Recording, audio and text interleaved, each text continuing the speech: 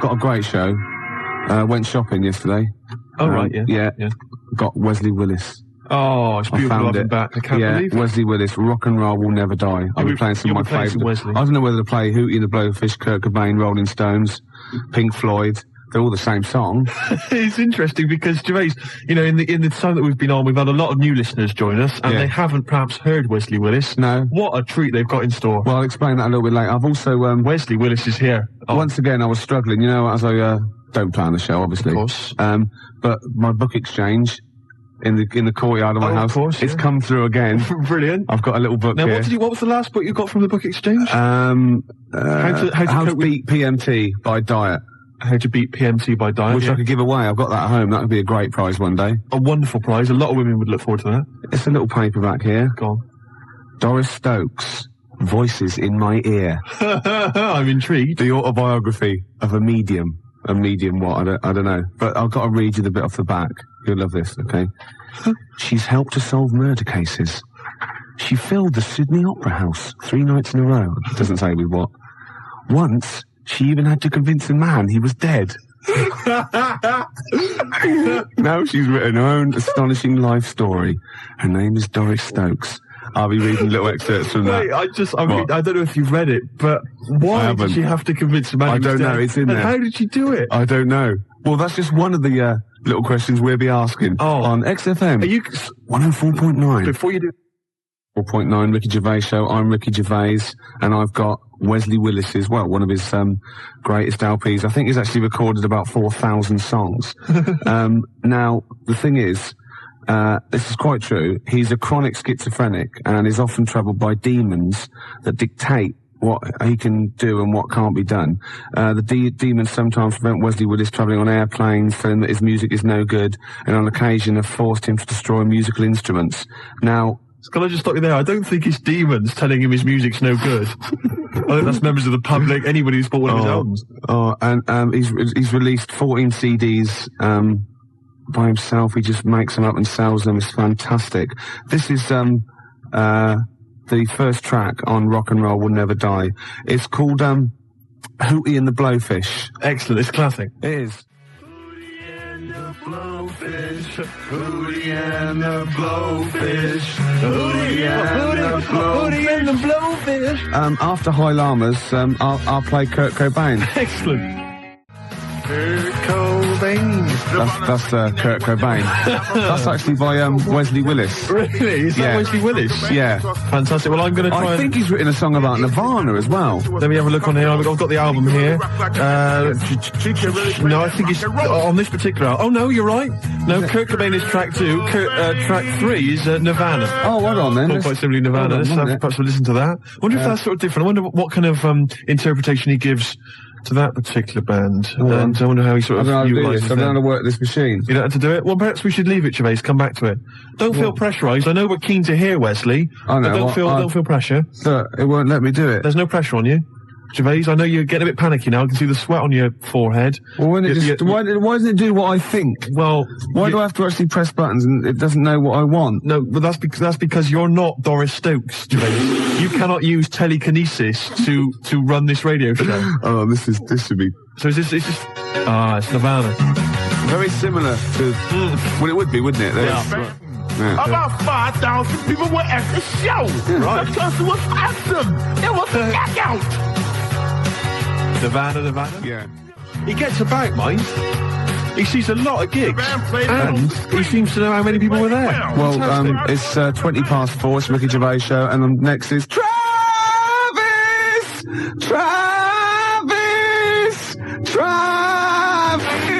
Gervais, you're never going to be Wesley Willis.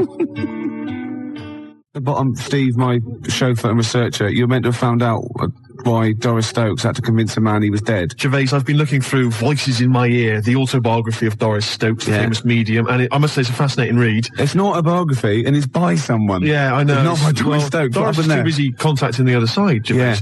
Yeah. But basically, let me just answer that. Yeah, on the back it does say that once Doris had to convince a man he was dead. It's not as interesting as it sounds. Oh. He was dead. Well, obviously. And she saw him, and he wasn't, she a big group of people, and he was like a ghostly figure, and he said, I'm not dead. She went, you are dead, get out. You've had a similar argument with someone once, weren't you, at a dinner party? Yeah. Yeah, you proved her wrong though, didn't you? Mm-hmm. So she just, that happens a lot though. Some people don't believe that, you know what it's like. Yeah. You go to the afterlife, no one tells you. I know. You're walking round, you're dead, about. mate, don't be stupid, you know. Exactly. She had to actually push the coffin lid down, apparently. It's Viagra he died of. I'm reading here about one of her first paranormal experiences. She moved into a house with her husband. There were ghostly apparitions there in the house, right? And it was haunted. She didn't mind. There was an old ghost called Polly. Yeah, it's lovely little ghost called Polly.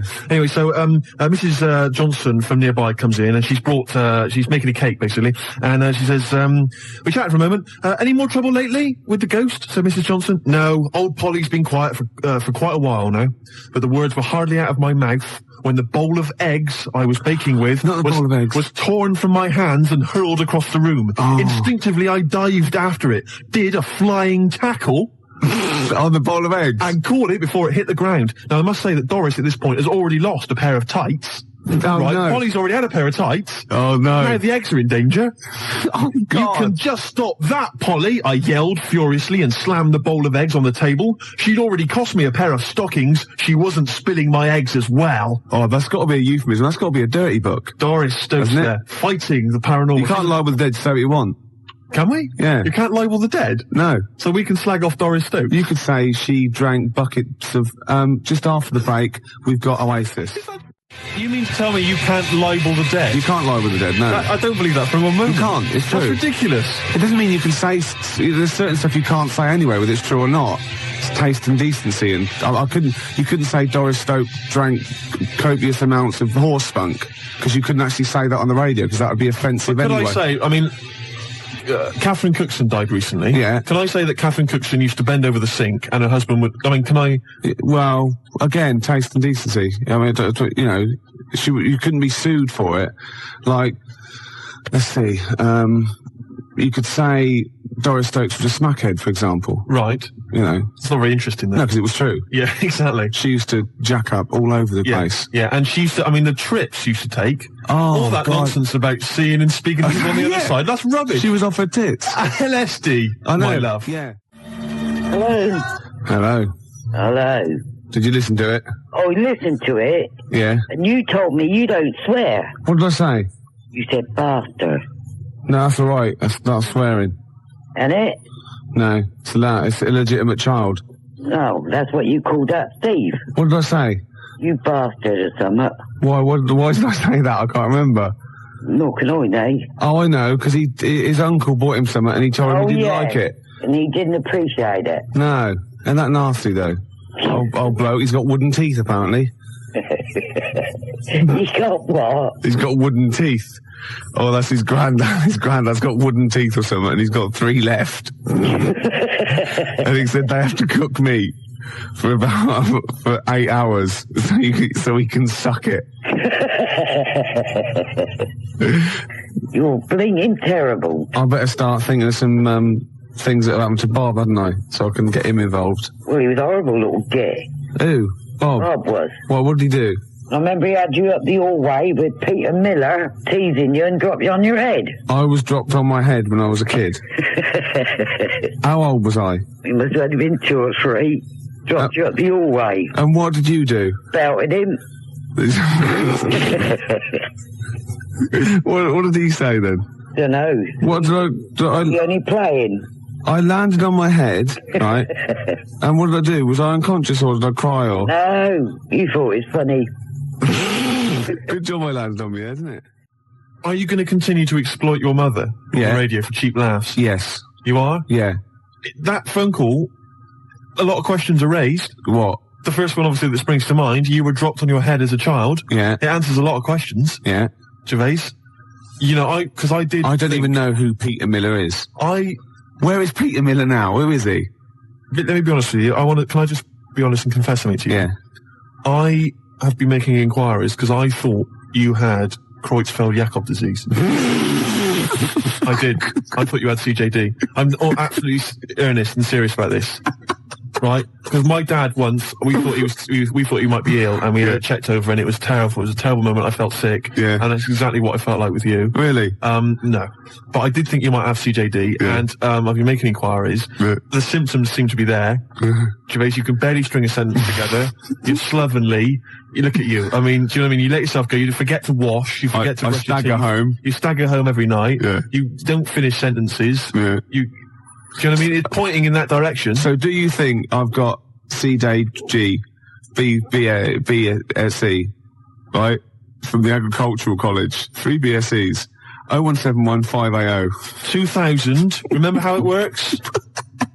01715802000. Please, can somebody who knows about these things analyse Ricky Gervais's symptoms and find out? There's got to be something wrong with him. We think maybe now that he was dropped on his head as a child, that's perhaps a clue. If you're a medical person, if you've done some research into this, please give us a call. Find out what's wrong with Gervais before it's too late. Perhaps it is too late, Gervais. You know, you're not a young man anymore. You're 37 plus. You're a goner. And so yeah, give us a call. 0171580. Oh my God, it's catching. Remember the tent you built at the back? Yeah. And I remember I didn't get it till I was 18 that Marsha had put the caption in the photo album, Ricky's Camp. Oh, yeah. You know I'm taping this, don't you? Oh, not again. Yeah. Good job I ain't swearing then. You did. You said at the beginning. See, I'm going to take that out of context. It's just going to be you going bastard. Just like I've got you saying arse. Listen to that, Muttley. Listen to that. Well, I'm asthmatic, can I? I'm asthmatic, can I? Oh, listen. Oh, I'm going to shut up. Just laugh a minute. Just laugh. I can't. What did you call me? I said I can't. So you can't say that on the radio? What? That word you said. I can't. Just stop it. You can't swear on the radio, and that's I'm not saying what you think I'm saying. What are you saying? I can't stop it. You're disgusting, you are. Oh. Rick Dastardly. Remember that time when you were coughing and you coughed up that and you killed next door's cat? Oh, you liar. There was a little bit of hard lung that shot out. They reckon. Oh, I've never gone that far. You're disgusting. Right, I better go then. Right. All right, then I'll see you later. Cheerio. Bye.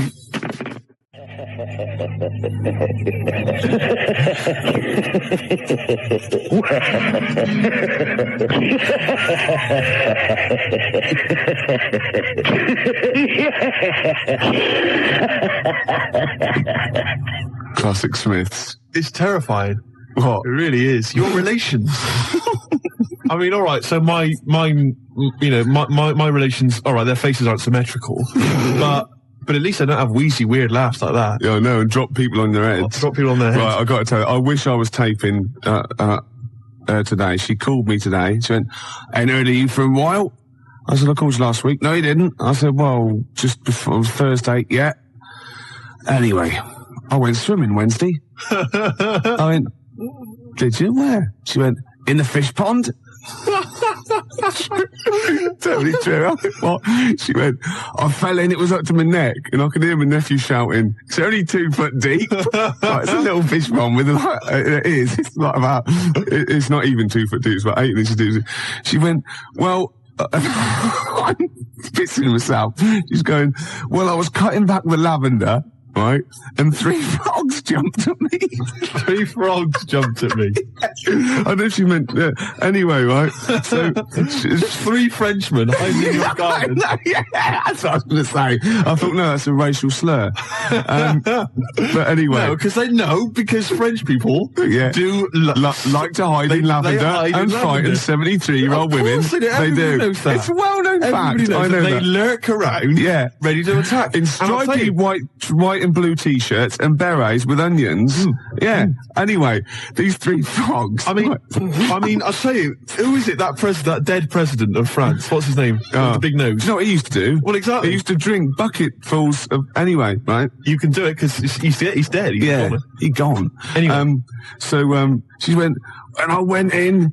and I fell in, and I was sitting on the bottom, and it was coming up to my neck. And she went, and I tried to get out, but it was all algae on the side, and I kept slipping back in, right? So my dad says, Lee, help your nan. And she said, and I got out and I said, put Lee on. I was speaking to my nephew. He said, she went into the pond, right? And she said she floundered around, right? And she got out and she ran to the kitchen. She dropped all her clothes and ran upstairs naked because she thought she might have leeches on. Leeches? She's not Humphrey Bogart in The African Queen. She said, it wouldn't have mattered if it was ace full of company. I'd have still stripped off and run upstairs. Oh, she said, I didn't drop the scissors. And she said, I had to throw my slippers away. So we're laughing at the fact that your elderly mother fell, slipped in a pond, could easily have injured herself quite seriously. Who knows? Now she could have sort of leeches. Yeah, she's probably got leeches. Any kinds of... the Frenchmen scarpered. There was no sign of them. Gone. Well, they're like that, aren't they? The French. All they found was they just left a beret. I'll tell you, the French, I mean, you know, any sign of trouble, Gervais, they're out of there. Oh, I mean, God. Oh, I just like the idea of just running into the kitchen and stripping off just a ball of slime. And they're upstairs. I couldn't wait to get in the bath, she said. Yeah, and two ladies from next door, from the Women's Guild, just sipping tea. Oh, there she goes. There goes Mrs. Gervais. Naked as the day she was born, covered in algae. Oh, God. That's a Gervais for you. Oh, it's one of my... Blood on the Tracks. And that was for, Doris Stokes. Oh, the late great medium Doris Stokes. Yeah. We play that for her. Yeah. Who apparently, Doris apparently was a prostitute. She was a whore. She was a whore. Yeah. You can't libel the dead. You can't libel the dead. That's not libelous. No. No. Yeah. She apparently went at it hammer and tongs. All the with time. Anybody that had a check. Oh, yes. Gervais, maybe I won't. We've had a good 8 months in radio, haven't we? We've had a bit of fun. We've had a bit of fun. I was going to tell you about something, but what I'll do is I'll tell you in a minute. It's a short one, that. Is this the one? Yeah.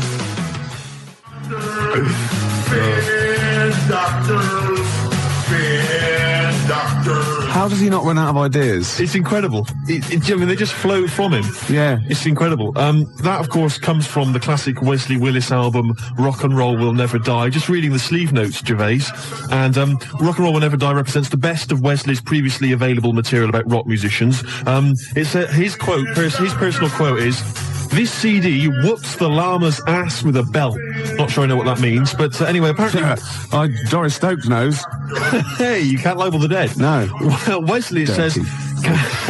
Wesley carries copies of his CDs with him when he travels, just in case he meets someone with $10 in their pocket. Oh, excellent. And that's a beautiful track. Track 8 on that classic album, and of course, Spin Doctors. Let's hear a bit more. Instrumental break. Beautiful. You see, he's a talented musician. Very similar to Nirvana and Kurt Cobain and Hootie and the Blowfish. Yeah. Different sentiment altogether. Oh, it's completely different. This one is about the Spin Doctors. Hey! Yeah. Well, that's enough. That was for Laura. Anyway, I wrote me a lovely letter. Remember we listened yesterday, last week, sorry, I was going about, and we could do the best of Ricky Gervais. Yeah. So I could just, like, get bits off the logging tape and package it, and we wouldn't have to come in. We could, like, sunbathe or something. And she said, maybe you could do, the best of Ricky Gervais, all the things that didn't happen. All the things we said we were going to do, and then didn't. And, there are quite a few. But she goes on as well, because we talk about reincarnation, and she believes in the Hindu view of karma. So if through your life you do good things, you build up your good karma. Bad things, bad karma. Then when you die, they mount it all up, top it all up, and you're reincarnated. If you do nice things, it's have a wonderful existence. Lovely, probably good looks, everything. Everyone loves you. And if you're really bad, then you come back as something hideous, like a maggot or a fish, and you have a horrible life. And the idea leads to wonder what you did that was so bad in your last life. I'm not rising to it. No. You're not baiting me. Gervais, can I just say, we've had some fun, we've had some laughs over the last couple of months. Yeah. But I'm a little bit sick and annoyed about all this slagging me off, claiming that I'm some ugly, grotesque freak of nature or whatever. Because we're getting loads of faxes coming in saying, "Steve, you're a freak, you're an inhumanoid," and all this sort of rubbish. And it's not true. And you've perpetuated this myth for a long time, and it's getting a bit irritating. It's winding me up. And as I've said to you before, I got into radio. I got into this broadcasting thing where the chances of becoming a celebrity are fairly strong. Right? I got into this in an effort to meet women, to get a lady. To get a lady. Yeah. You know what I mean? And it's not helping me out with all this. Well, I told you shouldn't pick careers based on whether you can get a woman. Well, like the gynecology thing. That's why that fell flat. Yeah, but that was going all right. I mean, I overstepped a few times. You know, I just sort of remember I mentioned to that woman that we should just go back and sort of continue. The first thing you say, exactly. And the other thing is someone could just say, "Way!" That doesn't put women at their ease. Right, yeah. You know what I mean? Would you, Mrs. Johnson, would you mind just taking your clothes off? Yeah. Hey, look at that. Say, look at that. Dear. Can I film this for the lads? Yeah. You know what I mean? I did have, I ran into problems. This is Happy Mondays. Yeah. Kinky afro. But would you just stop now with the... Of course I will. You're a good-looking fella. Wow. The classics, Gervais. I just got to thinking, I wonder if I think I mentioned this before, it'd be great to contact Wesley and get him to do a song about the Ricky Gervais Show. Ricky Gervais! Ricky Gervais! Well, you've pretty much done it for us. Yeah. Beautiful. Gervais, coming in on today... He had a radio show. There was about 100 people listening. Yeah. Well, yeah. I think he's been a bit generous. Yeah. Gervais, I was on the tube coming in, and I got to thinking about, my lack of success with the ladies. And I could trace it back to something. Right, trace it back to a moment when I was in the last year of my junior school. I don't know how to be. 11, something like that. We went to. You're only about 6'2" then, weren't you? Yeah, and we went to this sort of place in Cornwall, sort of an adventure camp. We stayed there for like 3 days. That was like the Riviera to you, wasn't it? Exciting stuff, and we had lots of, all sort of climbing frames and like adventure courses and abseiling and all the rest of it. And in the evening, what they'd do is you'd go in and they'd have like a little disco every evening, a little disco, right?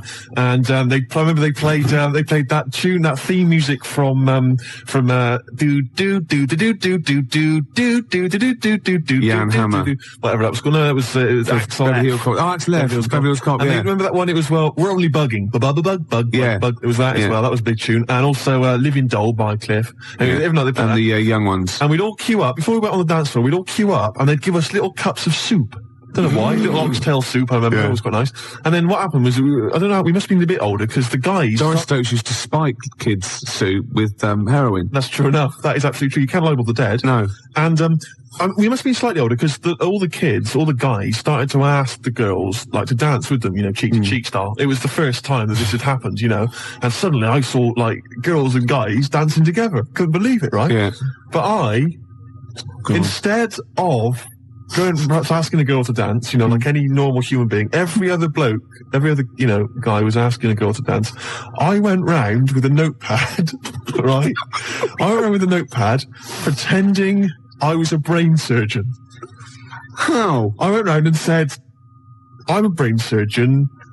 I want to analyse if you're mad, so I can do surgery on your brain, and I would ask them a series of questions. How old were these girls? This, not just the girls, this was blokes as well, while they were dancing, smooching or whatever. I'd go up to them. What did you think this would achieve? And say, can I ask you a series of questions? I'm a brain surgeon. And I thought it was funny. I thought it was you being charming. wacky? I thought it was charming and funny and wacky. I know, I meant to go, who's that funny 11-year-old freak, right, in the clogs and overalls. I wouldn't mind dancing with him. That's what I was thinking. Yeah. That's what I was that's thinking. even sadder. I thought that kind of wit and zany charm would somehow... I'll stop you there, Steve, because you're boring me. After the break, some Beatles. I shouldn't be so blunt, should I? Yeah. It doesn't help, does it? Doris Stokes, right, is dressed like a dominatrix, right, and she's dripping hot wax onto the naked torso of Arthur Millard. Yeah, of course he is. Right, and he in turn is being pleasured, right, by Dusty Springfield. Oh, Dusty Springfield's not dead. What? You twat. Dusty Springfield's not dead. Yes, she is. No, she isn't. She is. Of course she's not. She's dead. Of course she's dead. Of course she's not dead. Who am I thinking of? I don't know. Dusty Springfield's alive and well. And playing with Arthur Millard. No, she's not dead. Oh, God. Well, excellent. Oh. It was going so well, wasn't it? Oh. I like the bit up until then, though. Yeah. I like the idea of her and Millard. Well, that's all true. In a farm. We can't do that anyway. Still, see, you can't do that on the radio, talking about that sort of thing. I'll tell you what, though, if we're going to pick on a dead person, why pick Doris Stokes? I don't know. The one dead person you don't pick. I know. God. I'll have to convince her she's dead. But even in real life, she'd harness the powers of the dark side, so we don't really want her to get on our, She liked the dark side. Getting on our That was her backs. favourite. She's getting on our backs. Don't get me started on that. Oh, goodness me, it's just nothing but innuendo and Dusty Spring, libel. I don't believe it. We're in trouble now. In trouble. Oh, God. You should have picked someone like Scylla, who is dead. Yeah. Muff Shandy says turn it up. Earplugs are gay. Earplugs are gay. Hear what I say now. Earplugs are gay. Get them out the way now. Feel the need to make them bleed. My brain needs noise to speak. Mother. The new single by Muff Shandy. Earplugs are gay. But what I was going to go on about, what I was actually going to say is, I don't know if I can say the word twat. No, you can't. But when I was a kid and I first went to senior school, I started to learn all these swear words that I didn't know. Of course you can say the word twat. Right. You're not meant to. I started learning all these swear words, and I went home and I started using the word twat. I just thought it was a slightly stronger version of twit. Yeah. Just it's a bit tougher for some reason. Yeah. And so I used to go around saying that, and I'd go, my sister would say, stop ruining my Lego, and I'd go, you twat.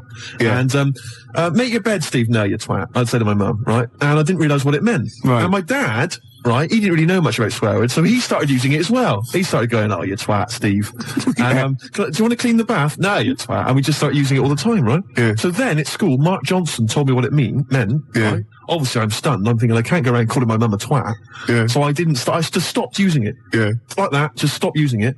But I didn't have the guts to tell my dad what it meant. Oh, no. So he carries on using it, and to this day, we were driving along, he'll say, to my mum, Elaine, watch where you're going, you twat, you great big twat.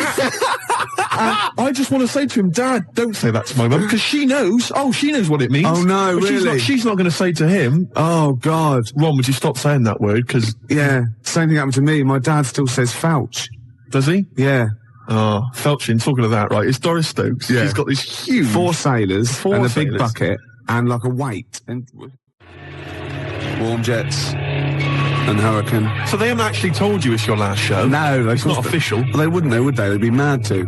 Yeah. They usually tell you, when you come off, they go, that was your last show. I mean, See, I'm annoyed because if I'd known it was the last show, I'd have, led on something special. what, a buffet? Yeah, we could have a nice little buffet, invite round all the listeners, Yeah. into the building. Yeah.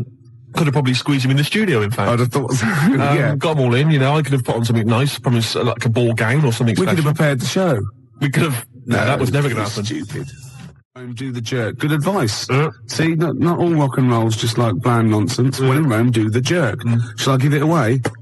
As it's the last show? Man alive. Yeah? What Shall I? a way to go out. Yeah. Giving away the autobiography of Doris Stokes. Voices in my ear. Incredible. Lovely. A paperback from what, 1972? I think so. I remember Doris Stokes was the medium, an elderly lady about sort of 60, and she filled stadiums in the 70s and 80s. And the point was you went along, bereaved people basically paid a lot of money to speak to their dead loved ones. And don't forget there, Doris Stokes, the whore, because you can't libel the dead. You cannot libel the dead. Doris is gone. We're going to say what we want. Yeah, so that's gonna... Apparently, she wasn't even very good. No. No, you'd pay your money, and she just used to lie there, nothing. You didn't even get a bit of a sort of contact with your elderly father, Pig. Yeah. She's helped to solve murder cases. She's filled the Sydney Opera House 3 nights in a row. Once she even had to convince a man he was dead. Brilliant. So, be thinking of a prize for that. I mean, the phone line's 0171 580 2000. Might be your last chance to give us a call. But you could win Doris Stokes, Voices in My Ear, the autobiography of a medium. Brilliant. By Linda Deardsley. You've really thought this through, haven't How you, does this that final work? show? How does that work? Beautiful. We're going to give away that grubby old tatty copy of Doris Stokes' autobiography. Man alive, we're really going out with a bang, Gervais. Okay, let's give some more stuff. We might as well let's give some of the good stuff out of the library away, the stuff we are not nicking. Let's just give away the XFM library. We'll go and get some stuff then, because I want some of it, and then we'll give the rest away. They could call in anyone they like. All right. Yeah? Just for the Hobbit. Just for the Hobbit. Just for the under of it. Just for the, go on, all the way, dirty boy. Just for the of it. Just for the of it. Just for the under of it. Just for the, oh, that's wonderful. Just for the taste of it. Diet Coke. An idea there. What? You played Nirvana, so I went in the library. Bloom. I've got a load of Nirvana stuff. Yeah. I've got Bleach, the Unplugged album, Incesticide. It is like someone reading French, isn't it? You don't know anything about that, do you? You don't know what you're doing. You don't know how important Nirvana were. You don't care. You don't know how to pronounce it. That's fantastic. From the muddy banks of the Wishka, whatever that means. What's that? Hormoning? Yeah. Never heard of it. And obviously, never mind. Copy Gainey. I'll tell you something, Gervais. He's dead. I thought to myself, you've got Nirvana there. A lot of people have already got those. Yeah. What they haven't got A lot of people have. is this signed copy of Nevermind. You can't give that away. No, look, I'm reading on the inside sleeve, Chris Novoselic, Jesus. David Grohl, and Kurt Cobain signed that. Yeah. And I didn't get that from the library, that's from upstairs in the office. Yeah. Well, that is obviously someone's personal copy, probably the boss's, so you can't give that away. Well, Gervais, I think the time for morals has long since gone. No, don't. Give all the rest away, because that's... Oh, come on. No, you can't give that away. That is someone's prized possession. I guarantee there's somebody out there that would put aside those moral questions and accept this. What, you mean you're going to ask people, do you think you should have it? Yeah, 01715802000, do you think you should have it? Even though it's someone's prized possession. Mind you, so is this radio station. There's a fact here. If there was one man I would like to be stuck in the Stena stairlift with, it would be Steve. How about it, honey? Love Thora Heard. Oh, beautiful. No, it's good to know Thora's listening. Yeah. She's got Thora has got a finger on the new music pulse. Yeah, she's got one finger on the new music pulse. She's got the other on that emergency buzzer thing in case She has a fall. your hip would break. I think it's a fake. Do you? You see, you can libel the living. Oh, right. Yeah. Let's leave it a few months, and then we're... I got a break here, then some... oh, no. We're never working radio again, that's the thing. Just for the of it. Just for the of it. Just for the and the of it. Just for the, oh my word, you dirty old slapper. Just for the of it. Just for the of it. Just for the and the of it. Just for the, go on, convince me I'm dead, you hoe. Just for the taste of it. Doris Stokes. An hour to go, Steve. Yep, it's going very well. I've got one of these live read things to give away. It's good, actually. Got 2 pairs of tickets to give away to the Llama Farmers gig at the 100 Club, 2nd of July. And they're supported by Seafood and Gel, and they're both good bands. I know you've no idea. The 2nd of July? Yeah. That can't be right. It's the 10th today. Yeah, but when I say 2nd, I mean 16th. Right. See what I was doing there? Right. I was just taking 14 off. Right, of course. Yeah. As any professional DJ would. Of course you do. Do you know that? Right. Do you know that you take 14 Is that off? in the DJ handbook? Yeah, I take 14 off. Oh, right. So any date that you read out, or any number, Yeah. presumably, you always take off 14? Yeah. For any reason? Yeah. That's why people say, oh, Gary Crowley, he's 32. Right. See what I mean? They've taken off 14. Yeah. I understand. Carry on. Sorry to criticise. At the 100 Club on, well, when I say the 100 Club, Right. the 86 Club. Sure. The 86 Club on Oxford Street on July the 2nd. Yeah. Right, yeah. Which is, actually, that's just 5 days away. Yeah, incredible that. Oh, 01715802000. It's beautiful, isn't You know it, what I mean? Gervais? I can't believe I haven't got a job at the end of this. Oh, God. They're going to sack you, and it's the most justified sacking in the history of man. Can you imagine going to the European Court? Going to the European Court. I was unfairly sacked. Gervais, I'll stop you there.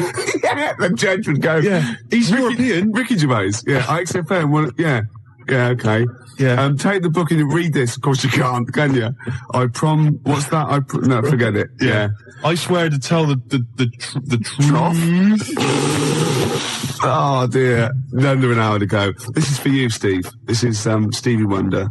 No, I love it as well. It's a great choice. And it's just to say thanks because, you know, you've been good for me. Cheers. It's been great. I couldn't have done it without you. No. And I just think, if you'd have been sort of normal looking, or you could have got a girl, it wouldn't have been as funny. Because that's been most of our material. Let's be honest. You know what I mean? So just don't ever change it. Okay. That song as well, Blood, Sweat and Cum. Let's have a listen. Can you play it for me? Yeah, okay. Got Canfield to voice it, because he's a bit like Vance. The stunning new single from Brain Mangle, Blood, Sweat and Cum.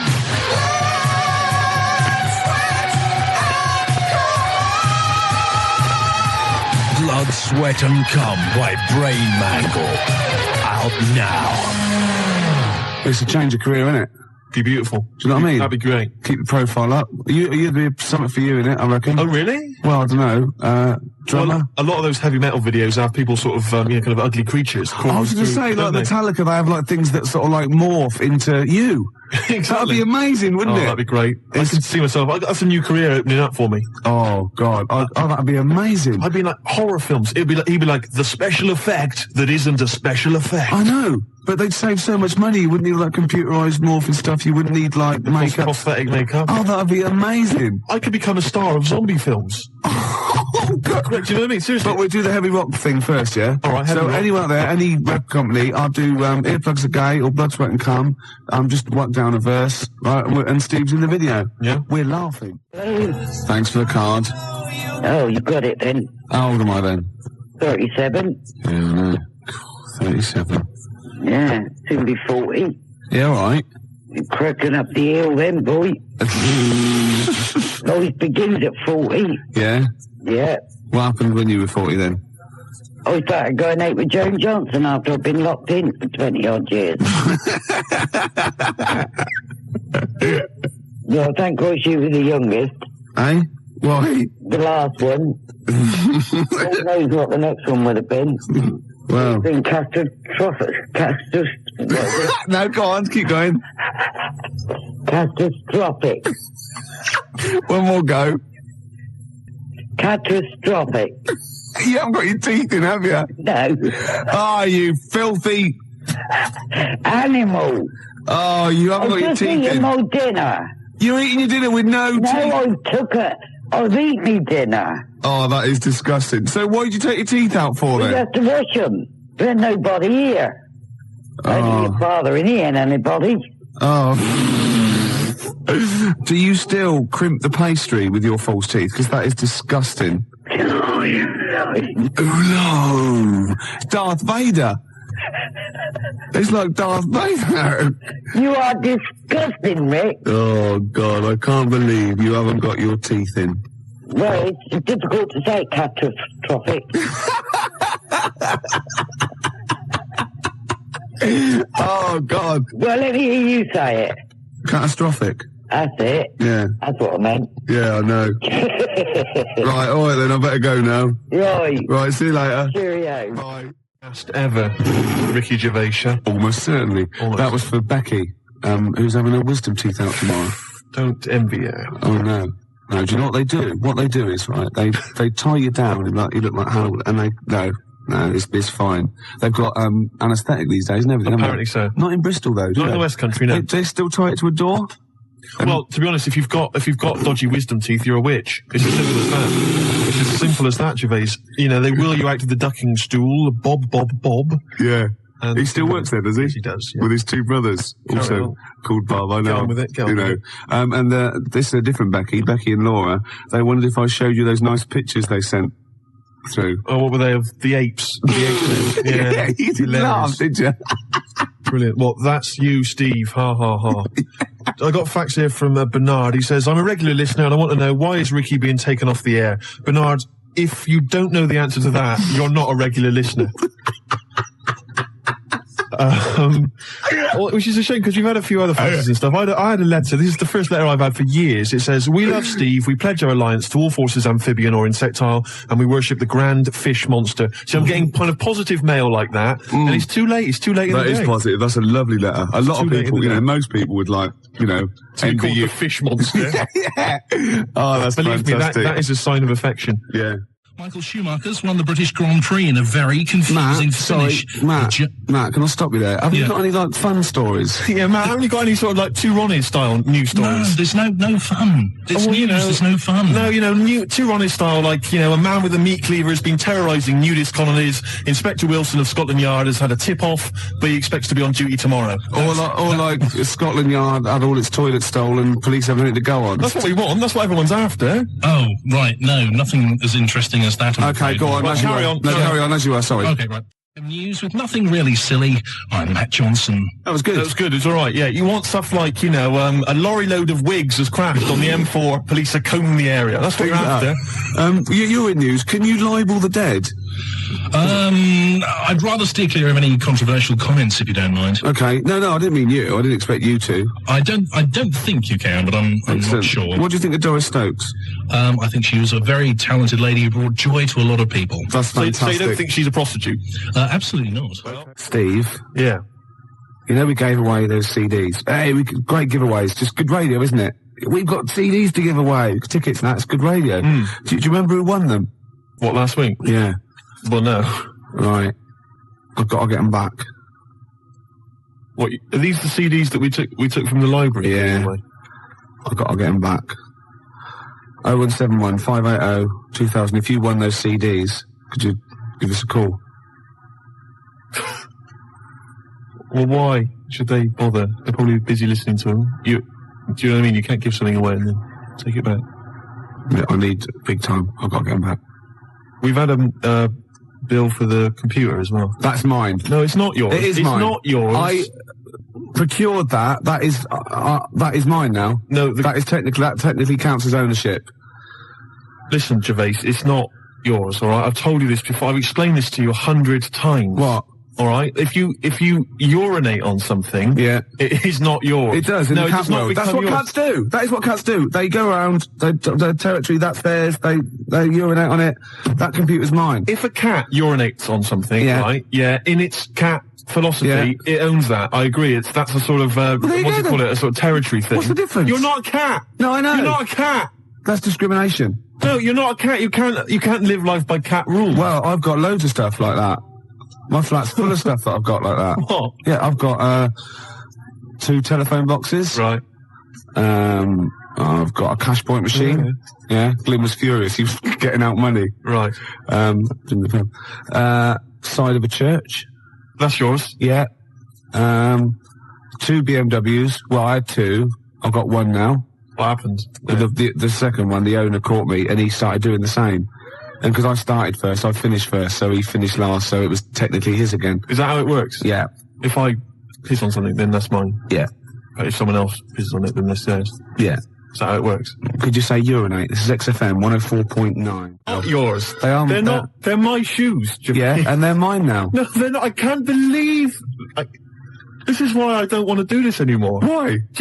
I can't believe you. They're my shoes now. That is ownership. That counts. In the cat world. They're my shoes now, and some of the carpet is mine as well. In the cat world. Yeah. Wow.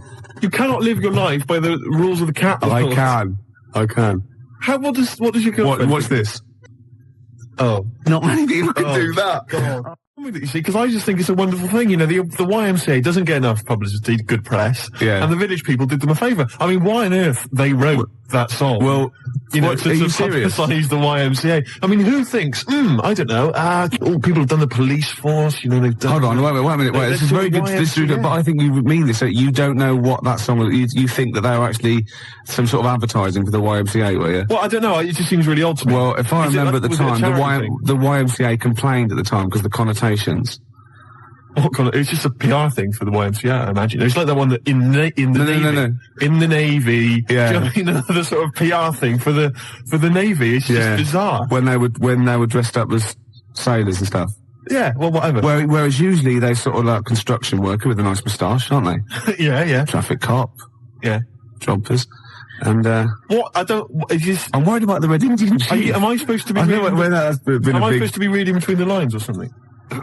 I don't understand. I mean, I don't really understand. I mean this seriously. Okay, I don't right. understand what you're talking Okay, about. this is fine. Well, that's it. Obviously, there were gay connotations. It's like a gay icon record, isn't it? YMCA in the Navy. That was the point of it. What did you need? One of them dressed as Judy Garland. What? I don't understand. What was your problem with that? What? But there's no... I don't understand why that suggests that people are gay. I don't... It doesn't necessarily. It's like, it's high camp, isn't it? It's been adopted since as well. But the four of them, there's a guy dressed as a motorcycle cop. There's no reason why he should be gay. There's no reason why anyone should be gay. There's a builder. Yeah. Alright, so no builders are gay ever. There's another one. I can't remember what the other one is. Right. And then there's a Red Indian. Why on earth the Red Indian is supposed to be an icon? I don't know about that. I have no idea. I'm flummoxed on that one, I'll be honest. But so what I'm saying to you, Gervais, is if you're going to if you can talk about gay people, then why don't they use the cliches? Why isn't there a hairdresser? Right. And because it's probably the sort of cliches that even scene gays want to get away from. Also, you're confusing camp, ITV gays with real homosexual people who live normal lives. If I'm going to write a song about gay people, I'm going to have a hairdresser. Yeah, you are. In order to appeal to a gay community, I'd have a hairdresser, John Inman, Larry Grayson, obviously, and I don't know. You wouldn't have Jason Donovan then, obviously. Because he's not. So you wouldn't have him, would you? No, I wouldn't have Jason Donovan. No. Well, I wouldn't have Philip Schofield. Well, I wouldn't even have. I wouldn't have Andy Peters. Right. I wouldn't have Andy Peters. Okay, I'm getting scared. Shut up! I would not have Andy Peters. I'm getting scared. I would not have Andy Peters. I've been watching a lot of telly over the weekend. All right, go on. Yeah, been fantastic. My favourite. I don't know if you were in the week. I was briefly telling Claire about it. 321. 104.9 XFM. Ricky Gervais, Steve Merchant, Karl Pilkington's pressing the buttons. Yeah. We're playing some great moments from the last 3 weeks. And some great records, Steve, from the last 2 weeks. That's true enough. Yeah. We're not actually here today. What are you up to today, Rick? It's 8 hours earlier, so this is about 2 o'clock probably. Mm-hmm. So it's about 6 o'clock in the morning. I'm still in bed, mate. I'm asleep in my hotel room. Now, where are you? We're in LA. Los Angeles. Yeah. City of Angels. Rick. Yeah. City of Angels. Yeah. And so that's what we do. We're doing stuff like that. That's why we're not here. We're not here next week either. So next week is the best of this week. All right. So here's the first bit. The reason you became king of the universe, of course, is because of your fascinating French bread anecdote. Oh yeah. Come on story? then. How did baguettes come about? If this is going to be someone cooked a loaf a bit wrong and said, I can still make a sandwich out of it, I'm going to hit you. No. Go on then. Right. Napoleon, when he was at war and that with Russia. 1812, yeah. Yeah, all his soldiers were like, not used to the cold weather and that. So they said, take some clothes in your bag with you because it's going to be nippy out there. So they put all the clothes in the bag. Sure. They were told, it's Napoleon, for Christ's sake. No room for any food. You're joking. So couldn't they make some sort of like sandwich? No, it wouldn't fit because of all the clothes. You had to take extra gear. Sure. So, anyway, he said, I can see where this is going. I'll be honest. Is there a baguette-shaped gap left in their holdall? They thought, let's make some bread that you can fit down your trouser leg. What? That's not true! No, it's not, I read it in Euston train station. I was waiting to go back to Manchester. Where did you read What, scrawled on the wall in graffiti? Yeah. Do you know Was it also meet me here for cock fun at 12 o'clock? The upper crust sandwich shop, Euston station. It's on the wall. What do you mean it's on the wall? Do you know it says like sail on at Dixon's, whatever? Yeah. Next to that, there was like a bit of information. Once you've read the stuff on Dixon's, I get information. There's a big thing about the history of the baguette. I read it and I thought, we got to make a sandwich we can split down our trouser leg. But how can you march and fight with a huge piece of bread down your train? Although it would be intimidating. You see them coming, you go, sacre bleu, look at the size of them. They're big fellas. Well, blimey. I can't help but feel that could be a practical joke at your expense. Yeah. do that. Well, the Earl of Do you Sandwich... ever question anything you read? If it's printed up, is that, like, fact for you then? Well, it's not funny. I mean, if they were trying to be funny, it's like, it's not, is it? So it's information. Have you heard us? Things sometimes want to be funny when they're not. That's exactly what happened with the sandwich. The Earl of Sandwich wanted something he could fit down his pants. And it was those triangle cut sandwiches wrapped in cling film were perfect. You might be right. You might be right. I am. Because the Cornish pasty, so they could drop it down the mines, isn't it? Is it? They wrapped it up they wrapped up like meat and vegetables in pastry, and they sort of crimped it, and it was like and they dropped it down the mine, so. Yeah, that's how that came about. And bagels were originally made so that people could play hoopla, but then eat afterwards. I don't know if you're aware of that. That is true, Carl. Well, anyway. Call my bluff. Is that true? Yeah. They're all true. They're all true. Yeah. Tell your kids that when you have them. Yeah. You know, if they're still alive in a million years. Well, it might be true. Can someone confirm that baguette fact that it was so Napoleon could stick it down his trousers? Not him, his soldiers. His men. Yeah. Fascinating information. Fascinating bread information, Carl. Radiohead. Yeah, now this is my song for the lovers. It's a beautiful track. It's Let Down off OK Computer. It's one of my favourite Radiohead tracks. It's lovely. Right, set the tape going now if you want to tape these songs. And just remembered recently, actually, I was on a train coming back from hometown Bristol, and I was on the train, and this girl walks on, good-looking girl. I thought, hey, a largely empty carriage. I'm thinking, my luck's in, you know, because I take every opportunity, Carl. That's the thing about me, you know. I don't choose. She was a good-looking girl. She sat down. I thought she sat down right near me. I thought, brilliant. As this guy comes up behind her, and says, I think it's probably a boyfriend or something. Sits down next to her. And I listened in on the conversation, you know, obviously, because I'm pretending to read. It was very clever. I read the same page for hours, so I was pretending to listen. I was listening, but pretending to read. And I realised that it's not her boyfriend or anything. It's just some guy she's met on the platform. And I'm thinking, brilliant. If she's the kind of girl who's just going to start talking to someone, you know, on a platform, on a train, brilliant, I'm going to be in here. Because he was only going one stop. So I'm thinking, what's the worst that can happen? He'll nick off, you know, I'll get chatting to her, you know, and who knows, I could join the... is there a train equivalent? Foot High Club. The Foot High Club, brilliant. And so I'm excited, you know, I'm listening in. And it turns out that they're both kind of graduates who've just finished university, or they're coming to their finals or something. And they're chatting away, you know, and he's making a couple of witticisms, you know, and she's kind of tittering at his jokes. I'm thinking, well, I'll tell you this, if she's laughing at this kind of material, I am going to blow her away, you know, with my kind of anecdotes and wry observations, you know. Yeah. It was weak stuff, I got to be honest. Really? He was coming out with nothing. He was running on empty, as far as I'm concerned. Yeah. And she was loving it. So I'm thinking, brilliant, I'm going to be right in here. And then they get moving on to higher brow things, you know, and I think she was going to study kind of Marxism or something like that, or communism, something. And she was asking him, you know, by way of conversation, she was asking him what he knew about Marxism, you know. And he was fumbling for his vague knowledge of it that he had in his life. And I'm just sat there thinking, yeah, come on, love, in any given capitalist environment, the proletariat will revolt against their oppression by the bourgeoisie, and after a brief period of socialist rule, emerges as a classist society governed by community cooperation. Well, if that sort of talk wouldn't get a woman hot, I don't know what you'd use then. If Marx and Engels is not going to get a woman sweaty down below, then nothing is. Then my name is You're not just Steve biding your time. Exactly. I'm just going to go in for the kill any minute.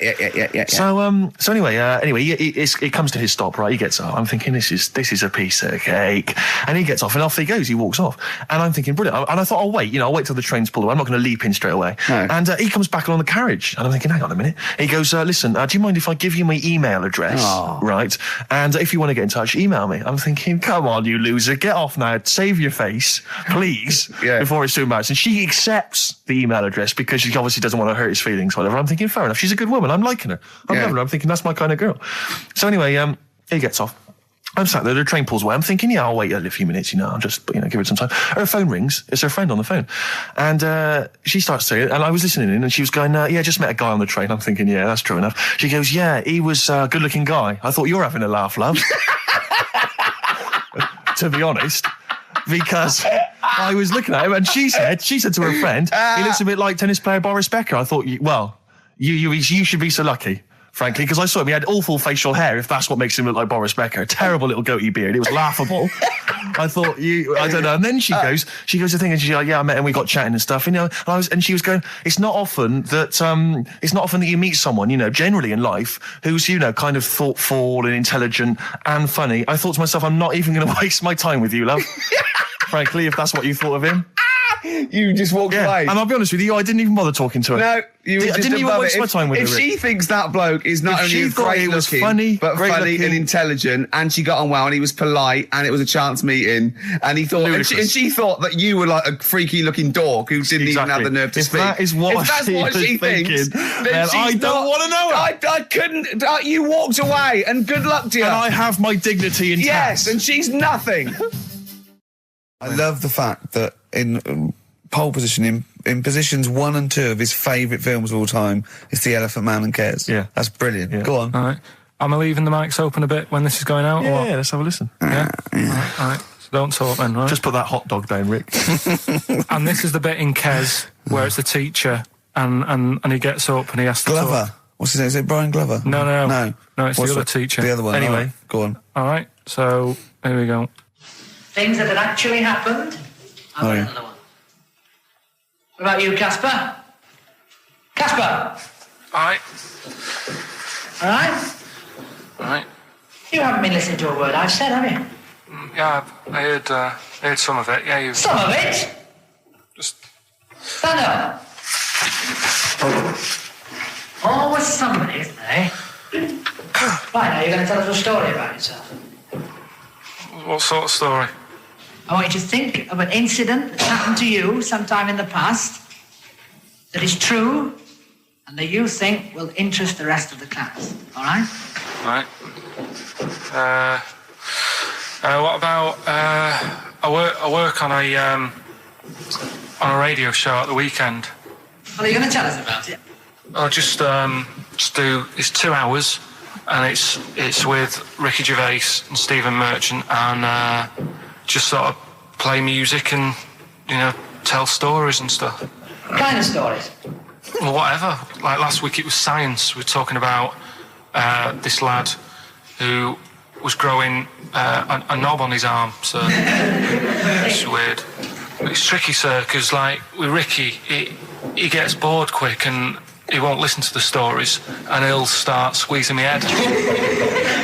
All right. I'm not interested in what he does. That isn't normal, is it, sir? That. I mean, it sure is a bit gay. Is he? Just messes about, though. Do you know what I mean? I try and like come up with good stuff, like monkey news and like quizzes and stuff, but then he'll just, Ricky will just mess about. I mean, on Saturday he did it again. He squoze me head. How do you spell that? Squoze. S-Q... Are you going to show us off the wall? This is a new word to me. Squoze is S-Q-U-O-Z-E. Now tell us what it is. It's when he gets me head and he puts one hand on the back of it, right? And he puts the other hand on the front of it and he just sort of swivels it. Swivel, right down the Oh, swivel's not it's spelled S-W-I-D-R. How many times a day? How many times a day does he swells it? It depends what time he gets in. If he gets in about 12:30, he could get a good 3 in. But I think, I don't really want to talk about. Don't you? Well done, Billy. Big hand of applause. That is the effort. Yeah. Wow. That's the best thing you've ever done, Carl. This is the Best Of Show on XFM 104.9. I'm Ricky Gervais, with me Stephen Merchant. Yes. I hope you're enjoying the Best Of. I've never been a religious type. If people want to do it, I let them do it and what have you. Good of you. But out of all of them, I want one that's not going to take over your life. I don't want one where you've got to get up 3 times a day and you've got to go and pray and that you've got to get up early. Forget that. It's getting in the way. But if it's something like... I was walking to work the other day, right, across Oxford Street. There's a little Hare Krishna fella there. And he sort of had he had a leaflet and stuff. And he said, are you interested? And I said, what do you do? And he said, well, we're against getting stressed out and what have you. And he gave me a plum. They hand out food for some reason. But I sort of asked a few questions.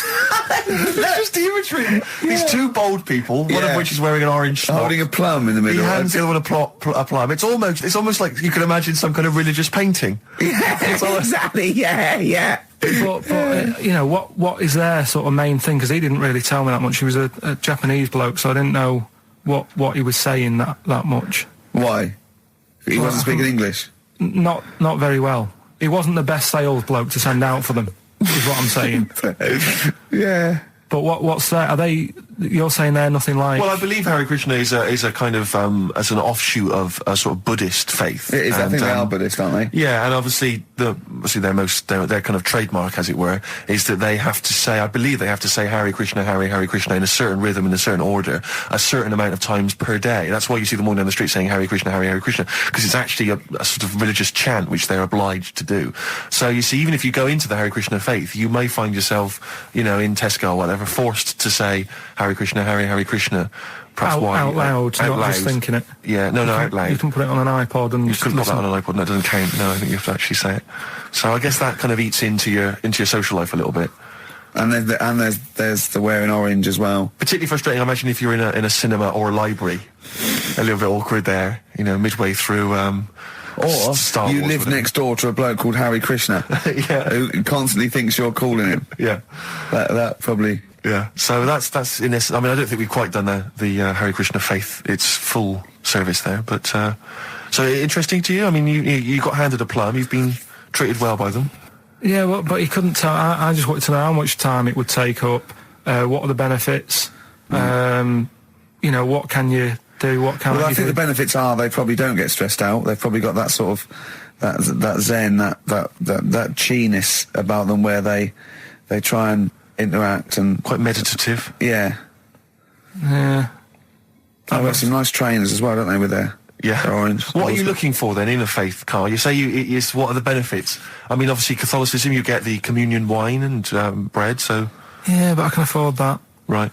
Probably just I like the Crusaders. I was forced into joining that as a kid because a mate sort of joined it, and he sort of said he'd join, and I sort of swore at him. I said, I'm not doing that. Right? Yeah. He said, right, if you don't come with me, I'll tell your mum that you just swore. So I was like, oh. So I went.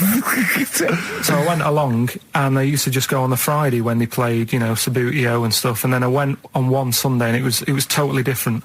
There was no Sabutio. There was no sort of, you know, table tennis. The thing where you hold a thing and knock things over. Skittles. There was all that on a Friday. Went on the Sunday, it was rubbish. He said, right, sit down in this room. They gave me a Bible.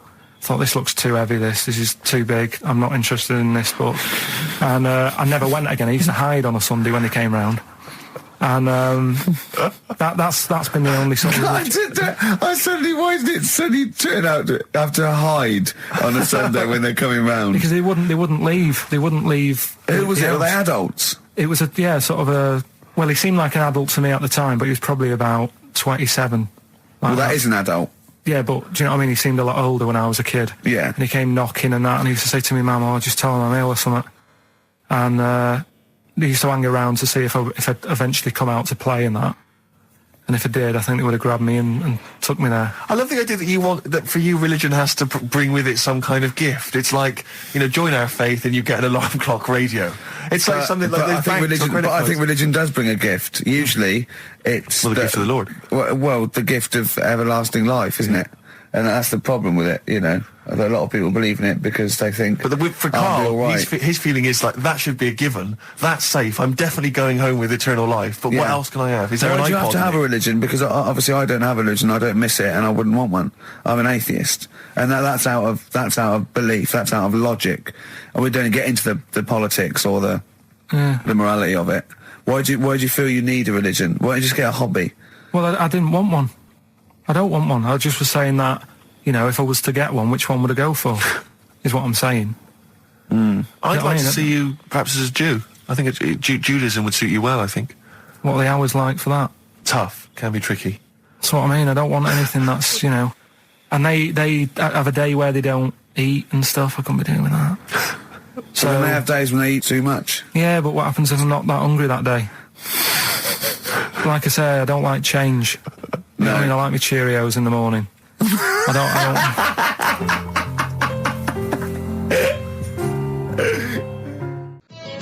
Avalanches, Frontier Psychiatrists. Absolutely. Well, we've had lots of emails. People, obviously, we inflamed and provoked about the Cornish pasty. I've got a couple of amendments to that. The crusty bit, you know, is actually as a handle, because obviously the miners had dirty hands, and they'd eat all the stuff in the pasty, and they'd be left with this sort of crust, and they could throw that away. Also, someone told us that at one end was a apple, so you have a little sweet as well. Little dessert. So, there you go. You noticed how, like, over the years we've been doing this, you know, way back when we started XFM, no one ever contributes when we ask about the music, when we ask about hip-hop, or their, you know, opinions on that, anything important. But start talking about pasties. Yeah. We've had about 5 phone calls. Yeah. And someone phoned up to confirm. They used to work for Upper Crust, and basically, Carl got all excited. So it is true. Well, I don't know if it's true. I've read the same sign you did, Carl. Interestingly, there's an email here that says, which basically offers a history of the baguette, and talks about after the revolution, the government decreed that all of France must eat the same bread, and it was up to the bakers to bake this bread of equality. And then Napoleon kind of made sure there was a particular, he kind of set in. Obviously on the bread you can eat anything you find in the garden, frogs, snails, bits of horse, but squid. The interesting thing is, Rick, that there's no mention of sticking it down your trousers whilst going to war. The French have tried to keep that secret for over 100 years, It was only Steve. the upper crust people. Nearly 200 years, that is a top secret. Somehow Euston Station upper crust got hold of a document, left behind in an old sea chest, possibly Napoleon's, could have been Josephine's. Unfortunately, jotted it down. He's kicking himself now. Oh, Secretary, I cannot believe I left a note. If he talked like that. He did. He did that, yeah, he talked English, but in a very funny French accent. Do you remember, there was one thing that, talking about funny French accents, you remember Allo Allo? Yeah. Remember, it was on about 5 o'clock in the afternoon, but they still made, because it was a funny Frenchman, it was that English guy who was posing as a French police officer. It's very complicated plot. He would often walk by, and I remember there was one where he said, I was pissing by the door when I heard a shit. Oh yeah. Now that's passing by the door. I'm allowed to say Passing that. by the door when I heard a shot. That's what he's saying. I'm allowed to say that at 2 o'clock because I'm just saying I'm talking in a French accent. Yeah. I was pissing by the door when I heard a shit. Yeah. That's fine. Yeah. Because I'm speaking French, Carl. Do you know what I mean? That's the rule. I'll tell you something I do know. Go on. Right. But I can't really get a question out of it. Go on. Just tell us. There's a shadow somewhere. It's already good, isn't it? I'm loving it already. No, right. There's a shadow. I think it was in America. Yeah. And it's on a quiet road. I'm guessing somewhere like Boston. That's what I imagine. Okay. Right? No. Somewhere like Boston. And people at night used to see this shadow moving about. And they'd go, what's that? Right? And it got known, the town, the little local town got known for this shadow, but it didn't cause any problems. What are you talking about? You lost me. What are you talking about? Do you know, like, some places get famous, like Scotland's got the Loch Ness Monster and that, but it doesn't cause any. But it doesn't cause any problems. It doesn't exist. Go on. Right. So there's this shadow walking about on the road. What do you mean? No, what's he again? Rubbish. Right. So he's walking Nonsense. about. Where did you read this? Where did you see this? He's walking about. This was on the internet, and I'm sure. Sorry, sorry. Right. I thought it was shite. I didn't know it was on the internet. Right. So this shadow is moving about, and independently of an object. Yeah, and the local mayor and that is like, yeah, it's a bit weird, but it's not harming anyone. The mayor involved. Was he elected to that post? Hey, mayor, we got a problem down here. Seems like a shadow. Well, it's not causing any. No, it's just causing any problems. Yeah, but that's the thing. It was left for years, and then it did start causing problems. I see. That's it. If you leave these shadows to go unchecked, Rick, they go crazy. Yeah. You let them run amok in the city. Yeah, you've got to stand What down did it do? on What did it do? shadows. What did the shadow do? It was pushing people off the bikes. It was what? It was pushing people off the bikes. Oh, I'll find out more for that next week. Right, that'll tease them. you're a maniac. We'll do more on that. We haven't had time for educating. Please never have children. Right, listen. Just promise me now you'll never have kids. Like I said to you, though, the reason I did this was to get that kitchen. Right? Now, Brilliant. as we speak now, right, Builder's in the flat. He's been annoying me. Of course he has. Of course he has. What's he been doing? Well, when he turned up on Monday, right? Yeah. Wanders in, and the first thing he says to me is, he said, "The pub across the road, is it any good?" I said, "Well, it doesn't matter, does it? You're working on the kitchen." Think of saying that to a builder. Probably making conversation. Probably meant, do they do a toasted sandwich? Because I've got a half-hour lunch break, not an hour, like Karl Pilkington. So I'll probably there and get a nice, cheese and tomato sandwich. Is that genuinely what you said to him? Yeah. The first thing you said So to him? Suzanne had a go at me saying, "Why have you said that? He hasn't even started on it yet." I cannot believe that. You're unbelievable, Karl. And you say it's us that are rude, crass, I wasn't being thoughtless. rude. I just was letting him know. Do you know what I mean? I know what He they're up knows to. what he was there for. He had it down on his little docket. Do the kitchen this week. He didn't come there and go, what did I come out for? Was it to go to the pub for a week? Why am I wearing these overalls? Yeah. Who's the little bald mank twat insulting me? Let me just check. Let me call the head office. I wasn't having a go, though. I mean, they should have finished it yesterday, and they're there now, right, on their own. And what annoyed me is they turned up late today. Hold on, Karl, I've just realised something. They're probably listening to the radio. This, I assume, tuned to XFM, isn't it, in your kitchen? Yeah, but they don't know it's me, do they? Do you know what I mean? No. They'd go, he's got a whiny mank voice as well. So's the bloke who owns this place. And the bloke who owns this place, when I said, what's that pub like across the road, said, well, you won't be bothering that. He's working on this. No, he won't be able to put two and two together, will he? You've suddenly, the penny's dropped, doesn't it? You've suddenly realised. Look at his face! Yeah. He's suddenly realised they might know it's him. And they could be listening, and they're going to clean you out, mate. Oh, if you are the builder working in, where is it? I won't say the address, but it's Central London, isn't it? Go mental. Have whatever you want. Opposite that pub that you like, He'll probably be in there now, so he won't be listening. Oh, insulting a British workman. He should have been in today. Mental. He should have been in at 8 this morning, Just which annoyed me anyway. mental. Why? I really don't understand why they've got to start so early, right? Yeah. But he said he'll be there for 8, turned up at 9:30, right? Wanders in, and what annoys me is, he could have left all this downstairs. He had a paper under his arm, one of those crossword books, and a pot noodle. Now, I'm not being funny, but most of them take quite a bit of time. A crossword book, he's not happy with just the one that's in the paper. If you're listening, if you are the builder that's listening now, doing Karl's flat, what about pissing in the laundry basket? Okay, 104.9, Ricky Gervais, Steve Merchant. We're not actually here. It's the best of. Look at his face. It was really light, right? We've had the parrot, right? These are things that I found the parrot, right? I've told you about the dog in the car wash. Right, you didn't tell me about that. You said there's a car wash for a dog. That's all you told me. Yeah, the but parrot, you said there's a parrot. What? It's a problem at funerals. Yeah. That's nothing. That's nothing. That's nothing. Do you understand? And they used to eat cats. what else have we got? There's an elephant in India with sore feet. Why? There's an elephant in India with sore feet. I'm interested. Why? Tap dancing. Why? See, I didn't write that He's much trying down to about break it. Roy Castle's record. He's still going. Go on. What is it? What is it? Think. It's an elephant, and it was really old. It was about 76. Right. And it had sore feet because it's old, and They don't make stair and lifts the that roads big, do they? roads are bad and that. Yeah, go so they said, "What are we going to do?" And the town was like, "Oh, we're used to seeing it around. It's part of the thing. We don't want it to have sore feet." Yeah. So they got some slippers made for it. And it had like a picture of the elephant looking happy wearing some slippers. I love him. I love Karl. His world. Think of it. Where did you see this picture? That was on the internet. Right. That's a lesson, though, for any elephants listening. Don't wear stilettos to work every day, because you can do your feet in. So that it's don't elephants have really bad memories? No, they have really good memories. Oh, do they? Yeah. Oh, well, that's good then.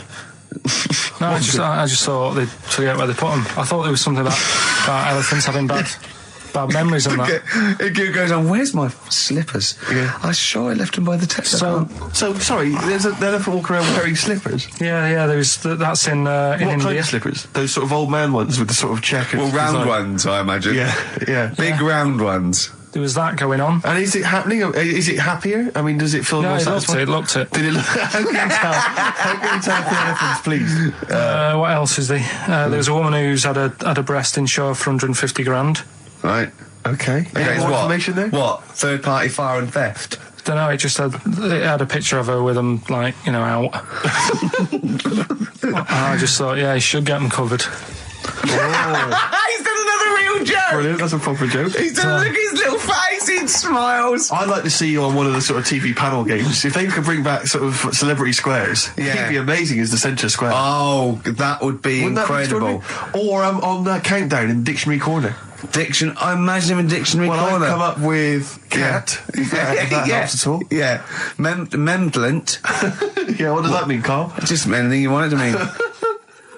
Oh, what I've got, there's a dog that's got a cough in Singapore because it smokes 20 a day. Right, okay, another one. No, it's the last one, and it's Yeah. I'll save it. The last one we've got is last week when I did Do We Need 'Em? Do you know when I called up one of the museums, the Science Museum? Yeah, you talking to me? Yeah, I'm just saying, I wanted to tell you before when the song was on, but you're so busy listening to it. Yeah, was I so busy listening to a song I was playing?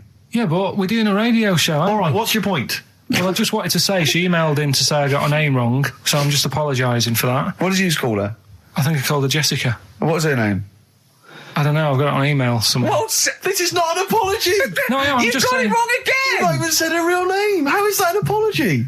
Well, I remember, I read the email, so, I Who are you apologising to? think her name's Jackie, I think. Oh, you've got it wrong again, haven't you? Well, anyway, and she just said if you want to see dinosaurs and that, go to the museum. You were complaining about that as well, weren't you? You went to a museum and there was too many dinosaurs. He said you just need 4. No, well, Steve, have you been to the one in Knightsbridge? I think this so. one that I called up, right? It's nice. You go in, you get a good collection of stuff. You walk in, there's 3 or 4 dinosaurs. You've had enough, right? I went into New York, right? I went to the museum there, hundreds of them. You can't move for dinosaurs. Yeah.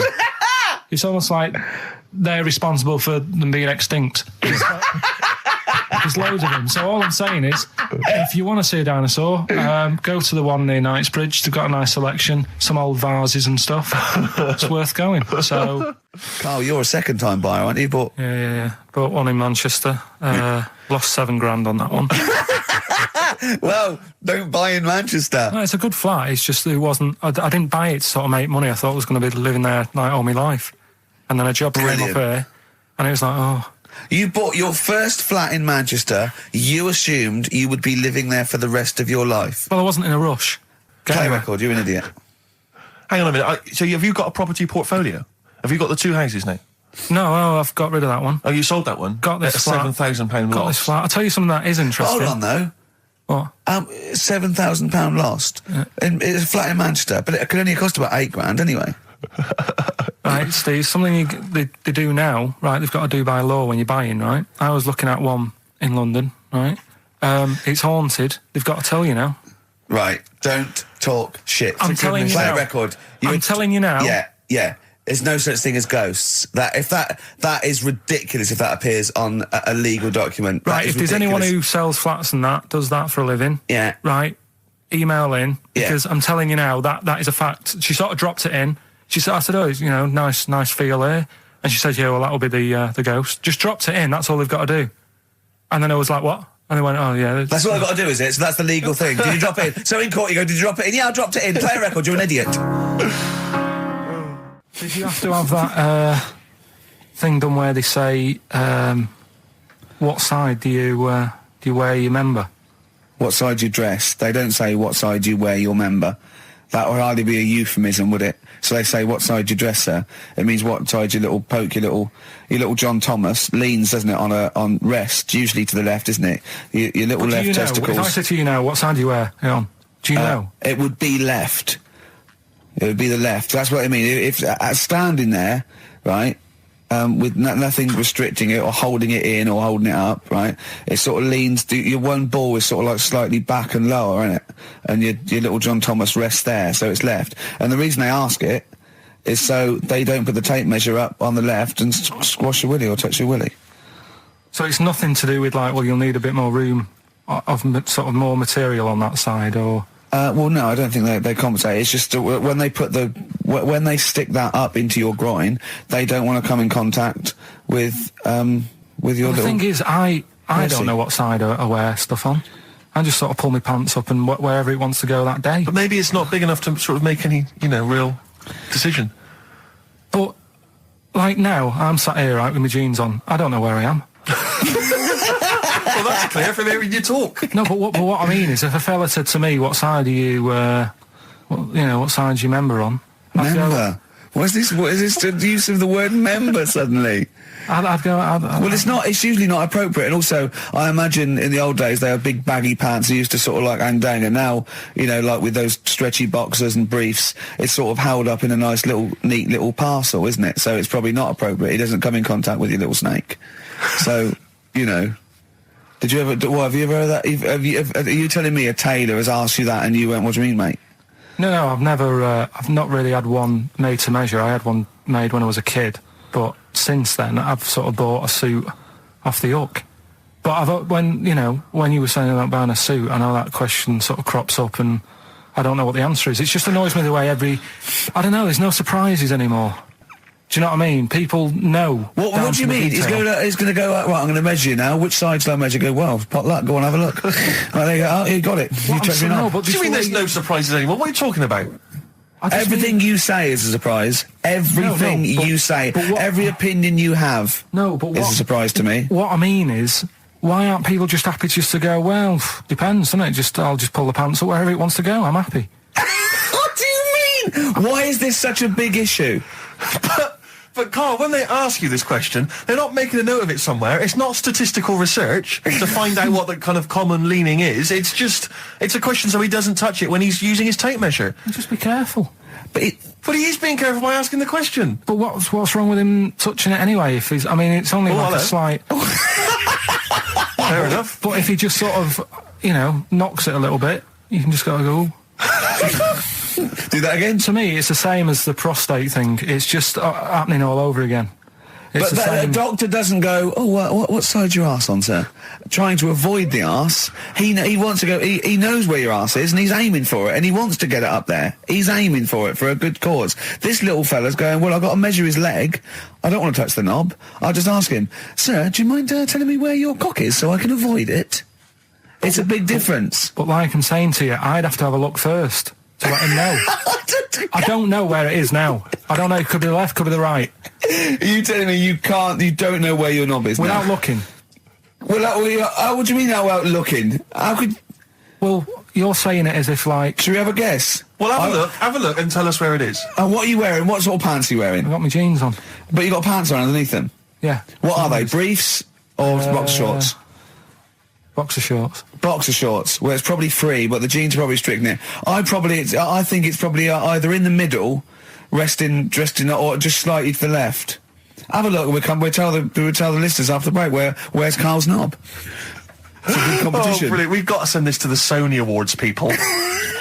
Well, big question: where was Carl's knob? That's what people have been hanging on for. Yeah, where was it? Well, I can't believe people have been texting in. Hey, what, guessing where it is? People saying, is it in the middle?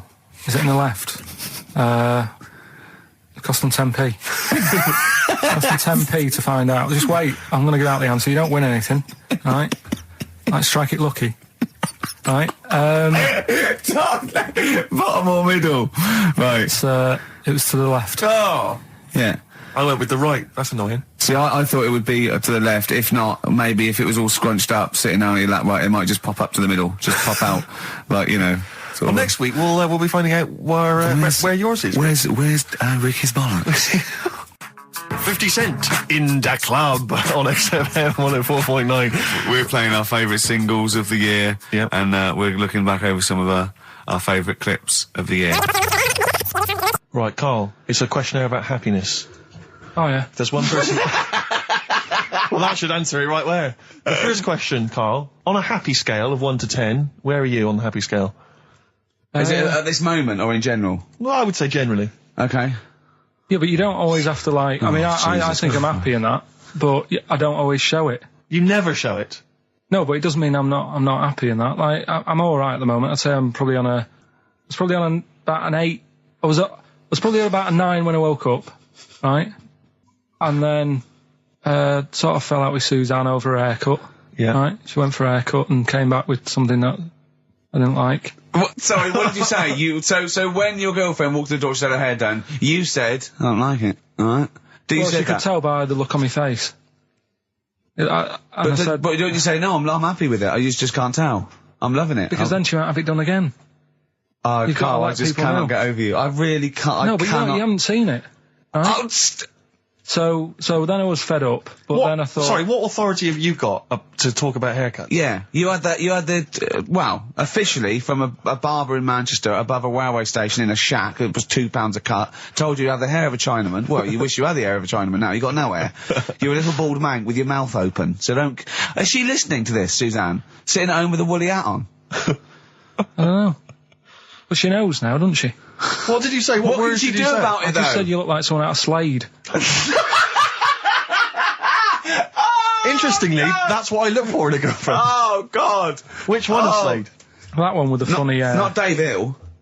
Yeah. The one with the crooked fringe and the goofy... She had her teeth done as well, did she? She had 2 front teeth put in. Dumper. So anyway, So prior to that, you're on a 9. Then you saw the haircut, you're on an 8. Yeah. Yeah. And now then, what are you on? I'm probably on about a 6 at the moment. Why? What's happened? Well, while Star Sailor was on, bit more head squeezing going on. So, yeah, about a 5 or 6. So generally speaking, what would you say you are? About 4. You're on a 4 Alright. What would you give someone who wasn't very happy? What would you give them? What are you thinking, Carl? Depends why they're not happy. They're low, okay, so what would you give them? I mean, yeah, depends, innit? If it's someone who's just lost their arms and legs in an accident, you don't give them a lollipop. Sure, or some mittens. Yeah. You give them a hat. Yeah. Yeah. And dare I say it, a smile. A skateboard. Yeah. Yeah. I don't know. You don't know. You got to answer the question. Alright, so hang on, let's assume that you've upset your girlfriend because you slagged off her haircut. What are you right? going to do now to feel go and guilty. make her happy? How are you going to cheer her up? And not buy her a baseball cap? I don't know yet. I haven't thought about it because I've got this to sort out, haven't I? So when I get home, get her some gel or something. Oh, God! Oh, Christ. So, would you like to start on your, to Steve, because I've heard all these. We won't do them all. Well, we'll start off with the Mr. Freeze. Tell Steve the story of Mr. Freeze. This is the first time he nearly died. This is the most serious of the lot, really. So, what it was, do you know, like, don't know if your mum and dad did the same thing, but, like, they do the weekly shopping on like, a Friday. Yeah. So when you got to Thursday, there wouldn't be much stuff left in the cupboard. It'd just be like, you know, your Jacob's crackers and stuff like that. So when they'd been to the supermarket and they came back, I was like, you know, what's that saying? Like a pig in... You know, I loved it. It was like loads of food coming in, loads of biscuits. What is that saying? He nearly said pig in shit. Right. Is that the saying? Yeah. Right. So yeah, all this food comes in. Thank God he didn't. Otherwise he'd have been in trouble. That's true enough. Because he's culpable for our actions because he's the producer. So technically, that twat's in charge. Go on. Right, so anyway, so there's loads of food, and I'm like, oh yeah, look at this, and chocolate biscuits, and, you know, penguins and stuff. Bacon. And bacon. Just in case, you never know. So anyway, my mum and dad's putting the food away. Me and our kid are like, he's already grabbed something, gone back upstairs. It's like feral children. it's like a quest for fire. And then they run upstairs. What did he just sit under the bed, gnawing at some sort of pig's trotter? So I saw, do you remember Mr. Freeze Pops? I do, yeah. So they're kind of like popsicles, icicles. Yeah, but really long, like a foot long, right? Yeah. So I thought, I'll have one of them, so I grabbed it. Went for the nutritious stuff first. Absolutely. And like my mum and dad are putting this stuff away and what have you. And I rip it open and knock it back. Right, straight away, just right back like Swallow that. Swallow it straight away, yeah. But it went down the wrong way, right? So what's down your shirt? So I was like, oh God, I can't breathe. And my mum and dad didn't even know what I'd ate. Do you know what I mean? I ate it so quick. Yeah. And I'm sort of tapping my mum on the back, going, and she's going, oh God, you know, he's choking again, because I was always choking. If it was one thing, I don't know if I've got like a small throat, but I mean, even Ricky knows I can't drink that much, can I? Yeah. Do you know, or eat pebbles. I'm not a quick drinker. I'd always, I think I'm scared of like swallowing stuff. Yeah. And it was like bottle tops and mint imperials and stuff. I was always choking on stuff. Oh, jeez. So anyway, she's going, oh God, what's he picked up on it now? Drop it! And she hit his nose with a stick. So I was going, I'm choking. At this point, my dad had I think he'd put his share away, his food away, and he'd gone. His share, I love it. He'd gone to watch Winner Takes All or whatever in a lounge, and I was in the kitchen, and I was starting to I didn't care anymore. Do you know what I mean? I just got to that point where I wasn't struggling anymore. You just thought, I'm done for. I just was falling to the ground. And my mum's going, get in here, I think it's serious. And my dad comes in and sort of starts shouting at me, saying that's what you get for being greedy. He didn't even know what I'd eaten. Well, it was the moment to teach you a lesson, certainly. So he's there like that, and my mum's going, oh, look at him, and my lips were going purple, and my eyes were rolling into the back of my head. You look like Marilyn Manson. And so anyway, she grabbed me from behind and did that fireman thing. The Heimlich manoeuvre. Yeah. And, winded me. And it came up, and I was all right. What, the whole popsicle came flying back out? You see, that's what I don't understand, because there was nothing there. No, just a little bit. No, it swells up, doesn't it? Because it irritated it, so it went down your epiglottis. It went down the wrong way, it went into your air canal instead of your throat, and it sort of spasms, and that's the fear. You just got to calm it down and relax. So in time, I would have been all right. Yeah, anyway. You don't. You might have. So that's so that's hang on. one. No. But the weird thing is, for 3 days after that, I felt like a sort of a special person. I went to school. I'm saying nothing. I did full days. A special needs person. Yeah. I went to school the next 3 days after that. I didn't wag it or anything. I did full days. I love that. 3 days, turn over to leaf. Exactly. After 3 days, you thought, screw it. Yeah, did a quick history exam. Yeah. Right, next one. Weird. That's popsicle. That's popsicle hell, we'll call that. So we're looking into animals that we get rid of. I've spoken to someone about snails. I've spoken to someone about jellyfish and that. And looking at cockroaches today. She's an expert. She's just not just some random person. No, she works in a museum, a good museum. I said I'd give it a plug. It's a one near Knightsbridge. It's got dinosaurs and that in it. It's worth seeing. Natural History Museum. Yeah. So, It's not sure. He's not sure. This is what happened.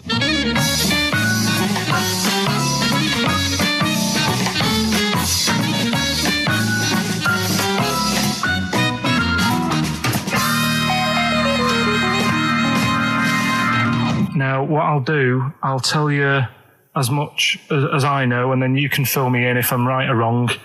And then at the end of it, we'll get to the bottom of whether we need them or not. Okay. All right. So, first of all, the first thing that I found out is that they have 18 knees.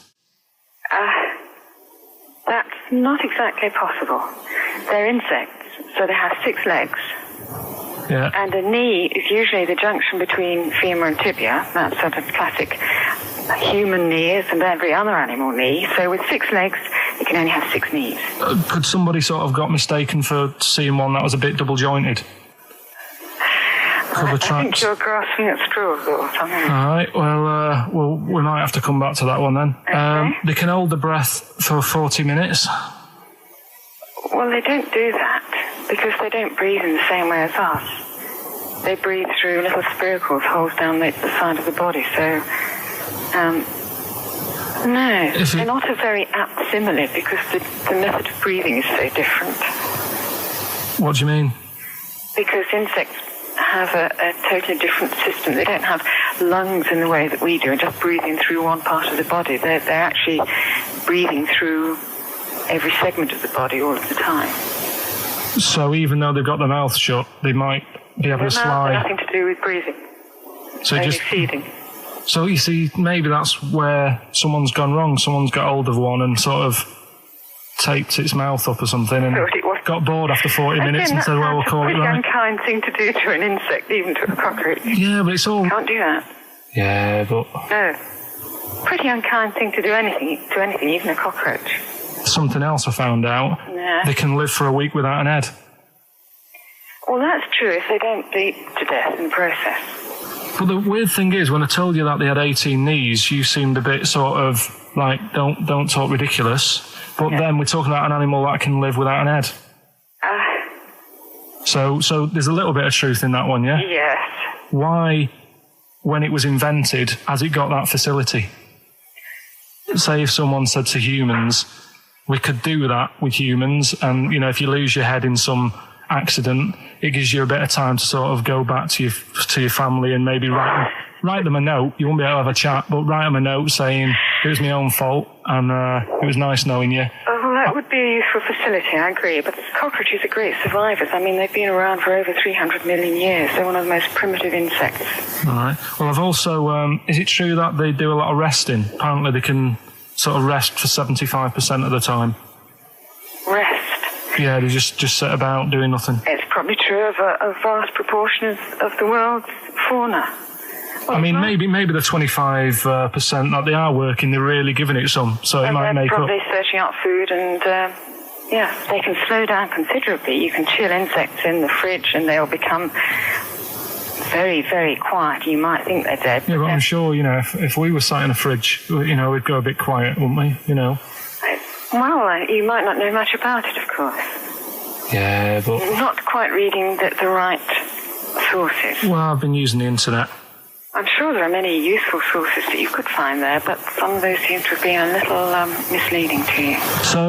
So you don't agree with a lot of what I've told you there? No. So cockroaches, can we get rid of them? No. So we're keeping them then? I would say so, yeah.